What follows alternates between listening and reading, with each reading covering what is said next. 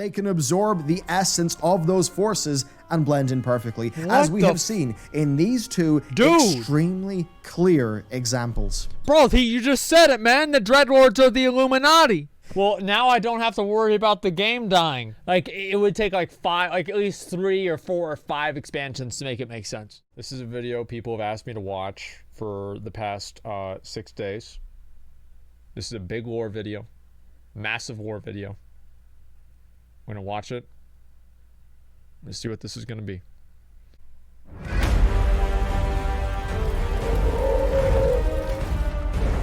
A document has been found that, well, suffice to say, it redefines a lot of the lore. It covers what has been going on behind the scenes, even since. Guys, it's not gonna be a 4-hour reaction, okay? Like, basically, here's the thing, right? Is like, sometimes I'll watch a video, right? I'm not gonna pause it constantly or anything like that. I'm just saying, like, that's not what it's gonna be. So just chill out, guys.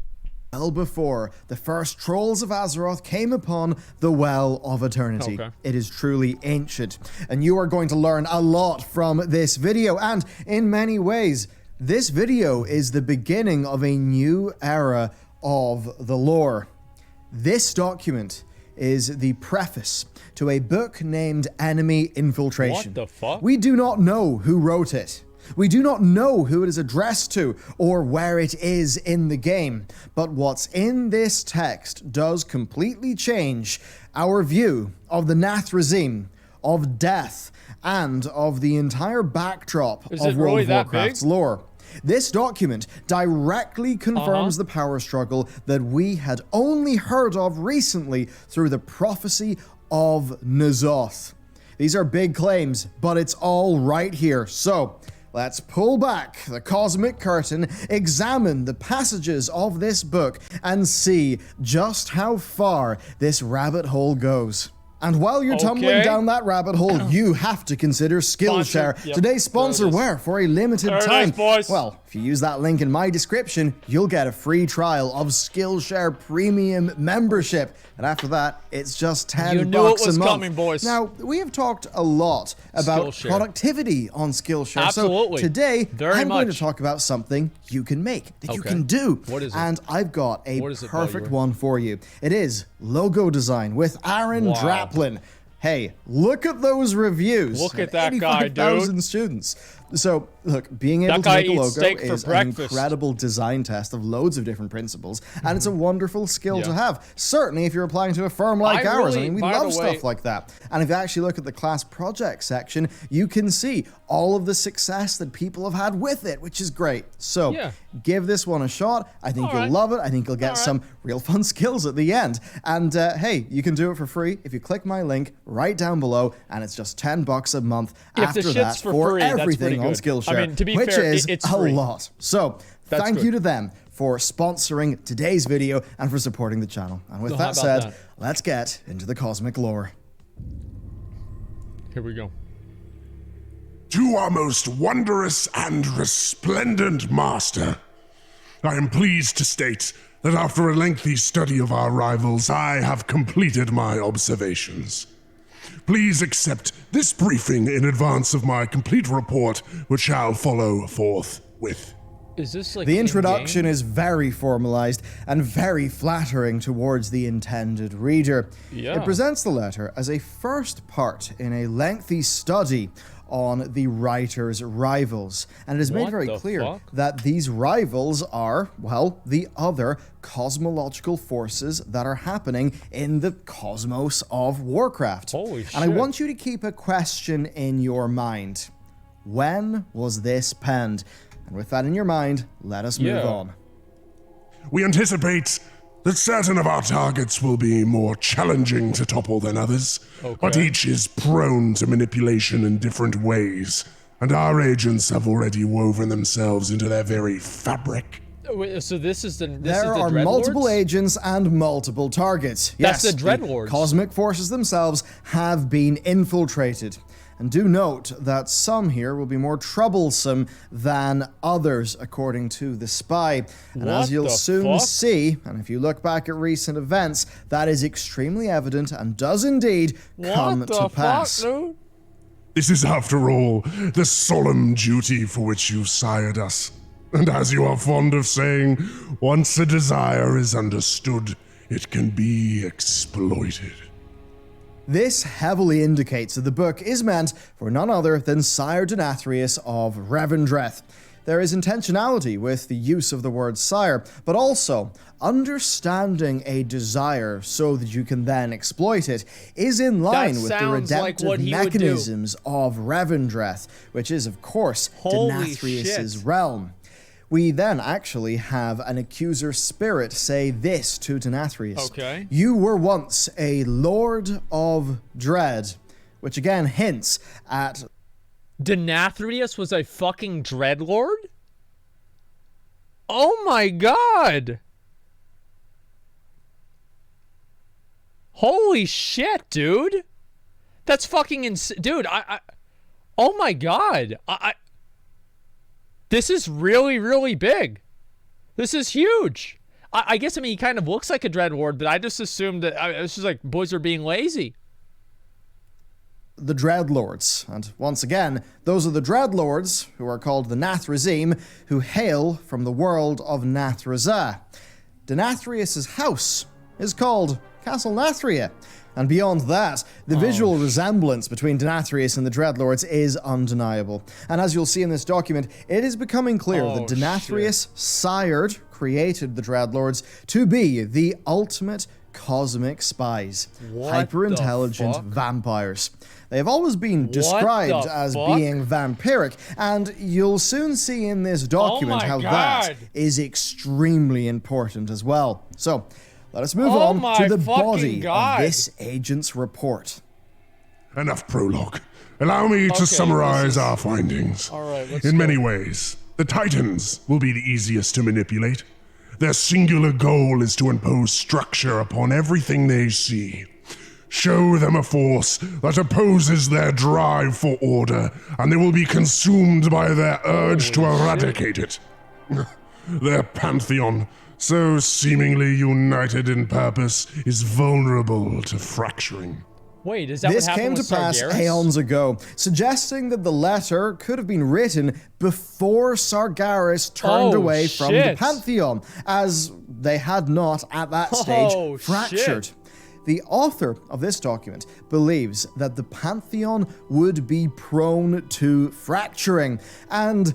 well, look at the lore. That is, of course, what happened. Yeah. And it was none other than the Nathrazim who made that fracturing happen. Because a void sect of Nathrazim informed Sargeras of the Void Lords, and indeed of the true stakes of what was really going on. And this was covered in Warcraft Chronicle Volume 1.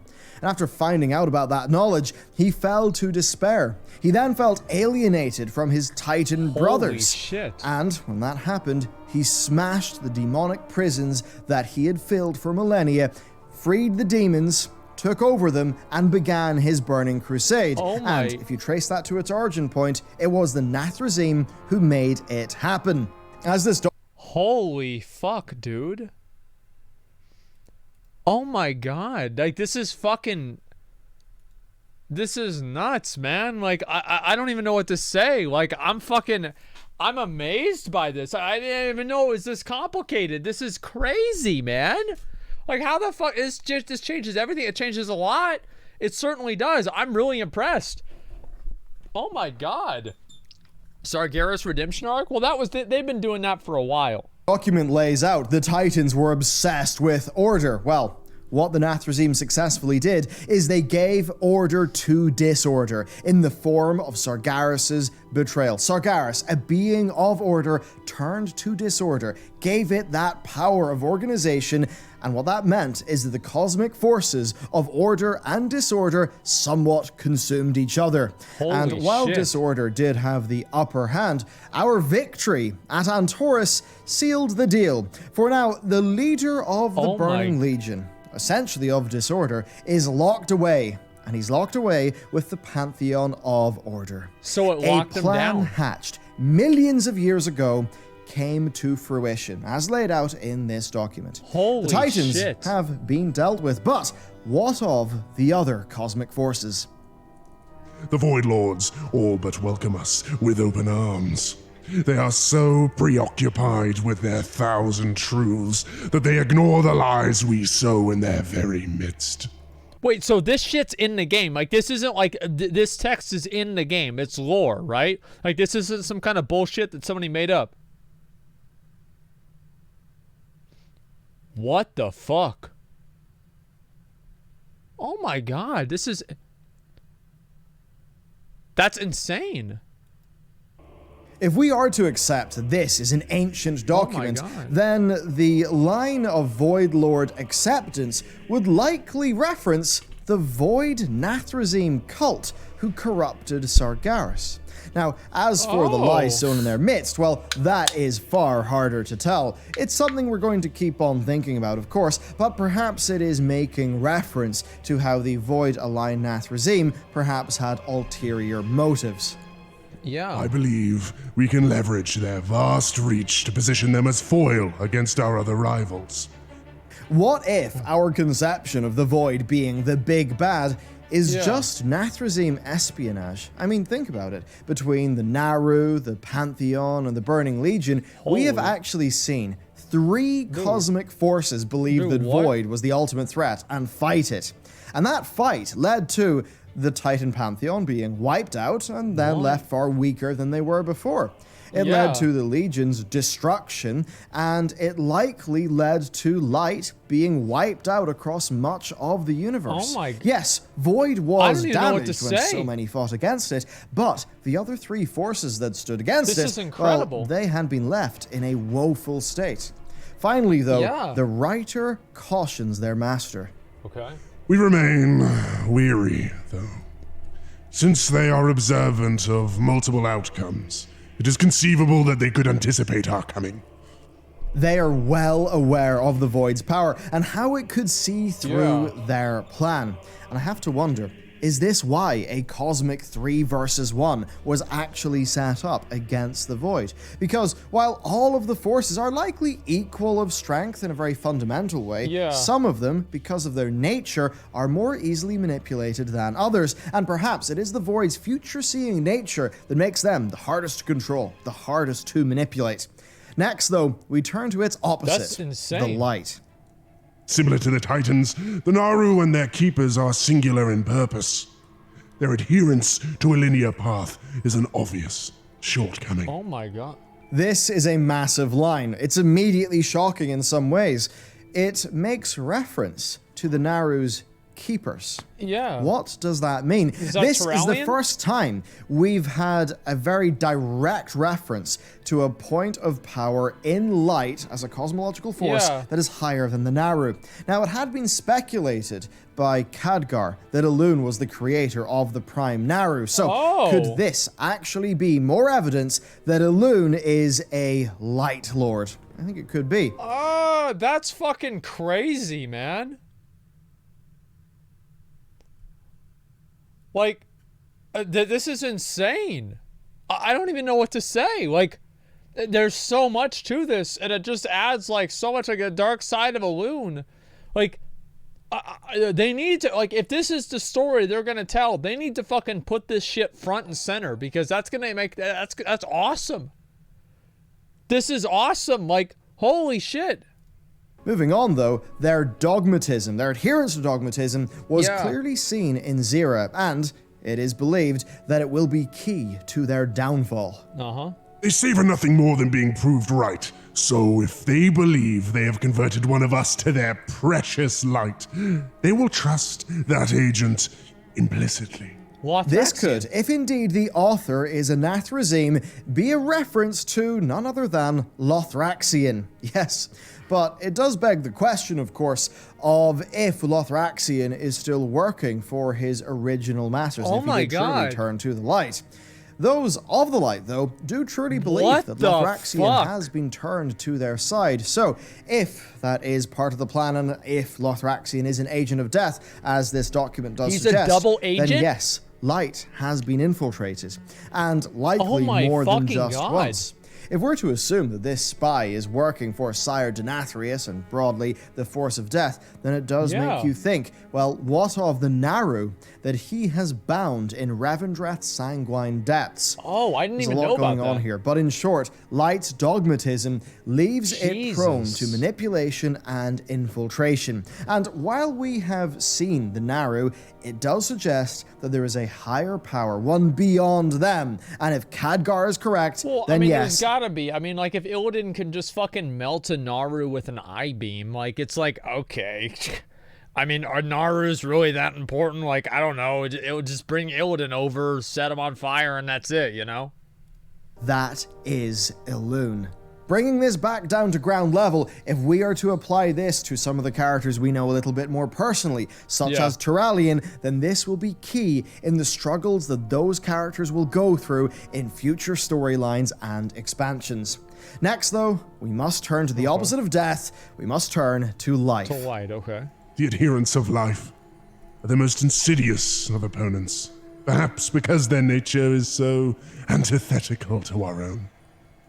So, if you've been wondering why we've been taking it as gospel that this document was actually authored... This is making me wonder if I'm a Dreadlord. ...by an agent of death, well, I think you see that this is where it's very obvious, because it is described, well, life is described as their opposite, so it's obviously written by an agent of death. And the insidious nature of life, I think in this context, is likely referring to how life needs death. Death needs life, right? The two forces are linked to each other, much like how order sort of is linked to disorder, and how void and light, shadow and light, are sort of linked to each other. So if you're an agent of death, how do you subjugate life? Because surely, if you destroy life, then there is no death, and you've also destroyed yourself. Still, we learned much from observing the link between their plane and Ardenweald, and we have high confidence that her vulnerability has been identified. Oh, shit! This is humongous. What's it gonna be? And we've been talking about this for a while, but I do believe that what we've just heard is confirmation that Ardenweald is connected to a fundamental plane of life, and that is key. You see, Warcraft Chronicles suggests that Freya didn't just magic the Emerald Dream out of nothing, but that rather it was shaped from something that already existed. And this is where I would have speculated a Lifelands. After all, this document does say their plane in reference to life, meaning that yes, there is a plane of life. Now, instead of the Shadowlands? That is the plane of death. So surely what we could call the Lifelands is indeed the plane of life. Yeah, it's Azeroth, now, right? Ardenweald is a part of the plane that we call the Shadowlands, much in the same way that the Emerald Dream is part of the plane that we can now call the Lifelands, that's been confirmed in this document. Right. The Emerald Dream was a Titan creation, one of order. So what does that say about Ardenweald? Well, we know that a group known as the First Ones created much of the Shadowlands. And this is big. I have to wonder. That's what even the jailer talked about them. I don't know what the fuck that's supposed to mean, the First Ones. Like, I don't know. Like, are those like people that are like beyond them and the Titans even? Like, I don't know even what to think about that. That's so crazy. Is this our timeline? I have no idea. Order it's brought insane. to the Shadowlands in the creation of the machinery of death, and of course in the belief system that sustains it, that is known to locals as the Purpose. Did the First Ones create all of this? Is it the case that the Shadowlands was ordered in this way? And if that is the case, then what does it mean for Zoval, who we simply know as the Jailer? Is it actually the case that he is the prime being of death? One that was subdued and locked away in the maw. And as for the vulnerability that is referenced in the document, well, I think that vulnerability is clear, and I think it's got to be the Rift of Uln. You see, the Rift is the most mysterious and spooky part of the Emerald Dream. And doubly so, right? That's where we fought Xavius. Because it was used to communicate with none other than Archimonde in AU Draenor at the end of the Warlords of Draenor expansion. We did a video on this years ago, and that's why we actually found Emerald Nightmare Corruption on Archimonde's corpse. And it is indeed why the final boss of the Warlords of Draenor expansion, a Legion demon, granted us an Emerald Dream flavored mount. The Rift of Valen also plays fast and loose, with time and space literally being tied to— Bro, I thought they just put that in the game for no reason.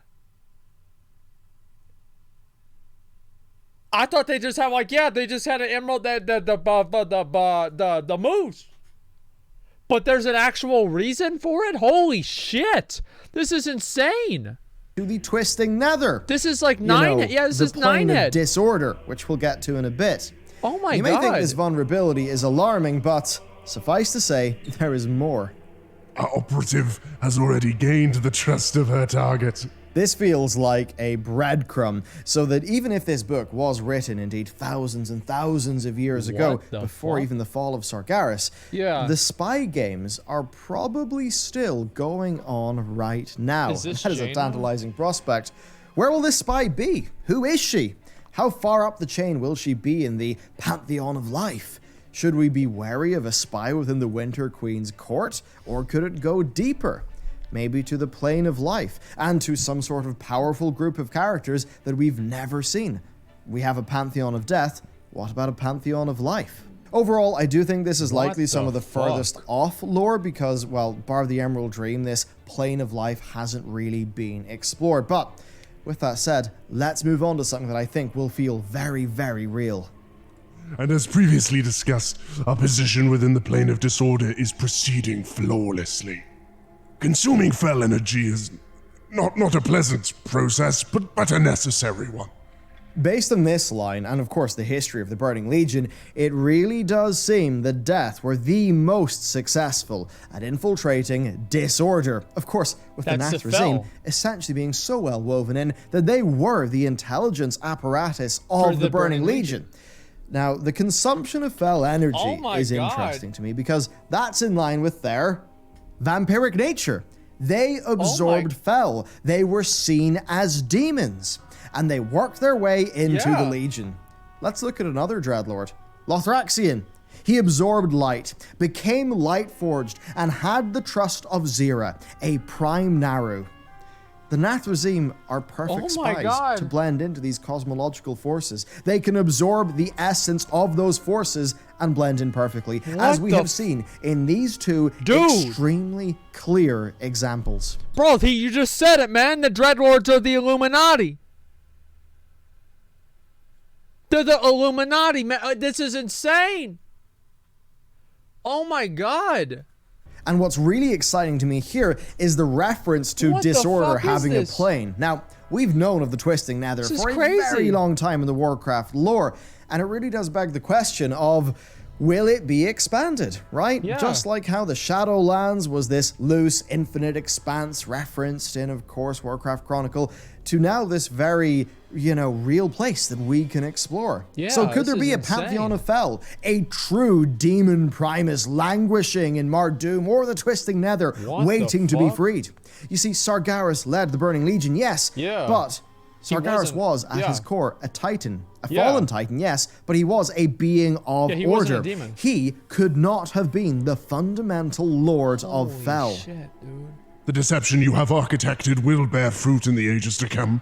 This line is clear. As we saw at the end of the Legion expansion, the Burning Crusade was stopped. The coordinated power of disorder was destroyed, but most importantly, Sargeras and the Titans, Order, were pretty much locked out of the cosmic struggle in that big prison with Illidan. And we must think back over these passages, and we must consider what has not yet happened, because so much of what is hinted at here did end up happening. But, well, just listen to this. As ever, we shall serve as your unseen hand. We will poison every host foolish enough to invite us into their midst.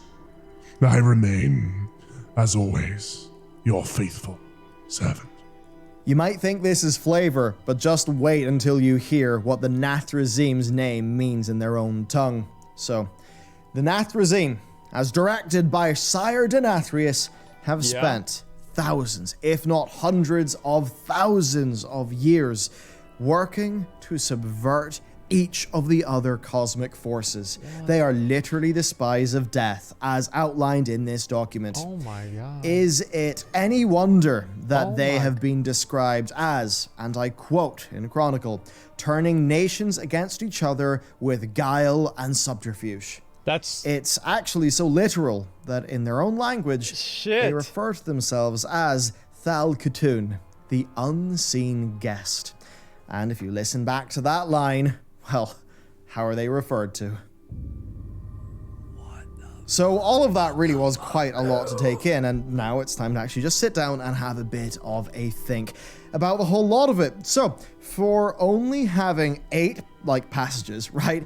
This preface has confirmed so much about the workings of the cosmos. It's crazy. I mean, most directly, it does tell us that death wants to dominate every other force that's out there. You could even say that it wants to devour them. So, well, listen. 6 seats at the high table. 6 mouths that hunger. Those are the 6 forces. Will consume all others. And we thought it was the void. I mean, that's from N'Zoth, and that's what death wants to do. Additionally, Muzala and the jailer have said similar enough things themselves about us, about our world soul. So could this point to each of the cosmic forces being in constant-ish conflict and soft alliances, and that ultimately one will dominate and devour the others? Is this literally why it is called the Maw, as in mouth? You know, is anima of us, the appetizer, and perhaps the soul of Azeroth its main course? I would actually say that's the plan. Then this also all but confirms the Lifelands, making it pretty darn clear that each force has got its own plane. Now, that is somewhat in line with what Blizzard have suggested in interviews. You know, they said, when a Titan truly dies, where does it go? When a demon dies, where does it go? And that was like Denuzer and co. suggesting that, yes, there are fundamental planes for different categories of beings. That's insane. And the Shadowlands is just really where mortals go when they die. Right, that makes sense. So I have to wonder, will we see, you know, the Doom-like demon citadels of the Fel, or perhaps the opposite, in the Titan's home plane? Maybe we will. Then we have Void and Light, and with those, and given some past descriptions, I almost suspect that the planes of Light and Void will exist outside of our universe, almost reminding me of, well, some of the theories linking black holes to universe formation, which could be quite an exciting thing to dive into someday. Now, if this was true, then it could be further evidence of Elune being a Light Lord as well. This is fucking insane, man. This is fucking insane. Like, there's no way. Like, anybody, if you watch this video, there's no way you're gonna think to yourself, oh, they only gonna make one more expansion. Like, this like 5 fucking whole videos, like 5 whole expansions, man. This is nuts, dude. This is, it's crazy, man. I don't even know what to say. Like, it's insane. Yeah, I really like this a lot. I'm very, very excited and impressed by this. Big thing, as she can only indirectly affect the destiny of her followers. So maybe if she's a bit stuck outside the universe, you've got stuff like that going on. Now, given all of this, though, it does seem likely that we'll eventually see the Void Lord equivalent of each cosmic force, right? Like the big bad, the fundamental one. Yeah. You know, the Jailer for death, Elune for life, Titans for order, Void Lords for, of course, void. So yeah, each one has their own. Who knows what, though, for life and for disorder. That really is quite an exciting concept. Then next, I feel like this whole thing is actually, like, if Blizzard pulls this off and they play it off in the right way, I think it could actually be a great story. Like, it actually could be a really, really, really cool story. I like it a lot. I think it's amazing, man. Like, I want to see them do more of this kind of stuff and, like, actually build, like, massive, like, large-scale stories like this. That is fucking amazing, man. Like, I don't know. What do you guys think? Do you guys like that or what? Like, I mean, I think this is really, really cool. Spiral of movies? I don't know about movies, man, but I'm talking about this. Like, this is crazy. Like, the whole story. Yeah, this whole thing is, like, massively, like, fucking... I don't know. Like, there's just so much about it that's like complex and like insane. I'm really impressed that Blizzard put all this together, honestly. I am. This is really well done. Well, I'm just going to start it off with an Il'gynoth quote. Okay. The cunning ones kneel before 6 masters, but serve only one. Who could this mean but the Denathrius, especially after you've listened to this video so far? We know they have agents in Void, Fel, Life, and Light, but we know that Death is their true master. They're a perfect race of cunning spies, right? And it does make you, reconsider, in some ways, everything we've known about the Denathrius so far. But, not because it's out of character for them, but because this stuff is actually something that they would do. It's extremely in character for them. It's actually more in character than we thought. Think all the way back to Warcraft 3 when Antheron, Tichondrius, and Mephistroth were discussing their new agent, Arthas, right? They are so preoccupied with the Legion's return. And now I just think that this was really all in aid, right, of Death's ultimate plan. Was it, right? That the Legion's return to Azeroth would, of course, foreshadow their ultimate destruction at the hands of us, right? At the hands of the champions of Azeroth. And then I suppose you also do have to consider the whole Lich King plan, right? The whole Lich King project, that it it wasn't that the Denathrius stole something from the Shadowlands, right? Some alien realm to them. They brought it there. As it's kind of been suggested, but that in fact, they're working for Denathrius, right? Perhaps the jailer as well. And maybe they actually helped smuggle those artifacts out of the Shadowlands so that in one instant, the Scourge could be sort of shepherding disorder a bit closer to defeat and, eventually, right, to rip a hole in the cosmological fabric right on top of the Maw so that, the jailer could then be freed and do all of his stuff, and the Death could end up claiming its ultimate victory. I mean, it does stand to reason that the Denathrius are doing all of this stuff, and they just have schemes going on absolutely everywhere. This is nuts, man.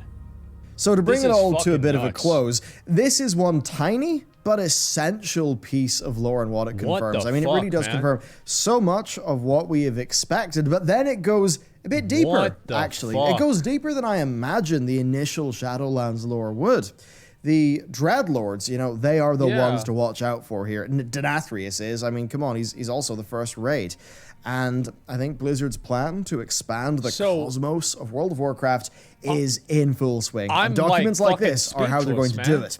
Personally, I would expect the Light to visit us next. That would allow Blizzard to root the story in a more grounded cast of characters, right? People that we actually know and have spent time with. And I think that's really what this entire plan is going to hinge on, right? It's going to hinge on Blizzard's ability to make this grand, crazy stuff feel real through a cast of characters and situations and peoples that, well, players can relate to. And with that, that is our look at this preface, right? Because this was only the forward to seemingly a far larger set of reports, and I only have to wonder what's going to happen. Will we see those reports? If we see those reports, it is extremely exciting stuff. There are shenanigans going on. Well, now I don't have to worry about the game dying, because there's no way that, like, I mean, I wonder if it will probably take them at least like fucking 5 expansions to make this make sense. You know what I mean? Like it would take like at least 3 or 4 or 5 expansions to make it make sense. Like that's insane. In the Warcraft universe, and hey, some of the shenanigans alluded to in this video have already came to pass, which I think is pretty nifty. So there you go. That is the big lore of today. Of course, if you want to support the channel and also get some great skills, check out that Aaron Draplin over on Skillshare with my link down below. It truly does support the channel a lot. I mean, hey, yesterday's video, if it went up yesterday, that was edited by one of our WoW editors. This video edited by another of our WoW editors. And because we've got a larger team there in terms of editors, on some of the big videos like this, we can actually spend the time to make it real pretty, to do a bit more with, those passages of text, right? Be it the graphics that you've seen or, the voice acting. So, yeah, man, it's all going in a pretty great direction. So thank you for all of your support. Check them out. With that said, I will see you next time. Like, I'm genuinely fucking impressed by how well this is done. Like, need an expansion for N'Zoth? Yeah. The war on WoW is so fucking anime? Yeah, I guess so. Didn't they say they've got the Let's Do expansions after Shadowlands planned? I mean, I'm pretty sure it's gotta be at this point. So if there's a true enemy in every realm, that will be the final expansion? No, I mean, like, the Dreadlords are the fucking the enemy, right?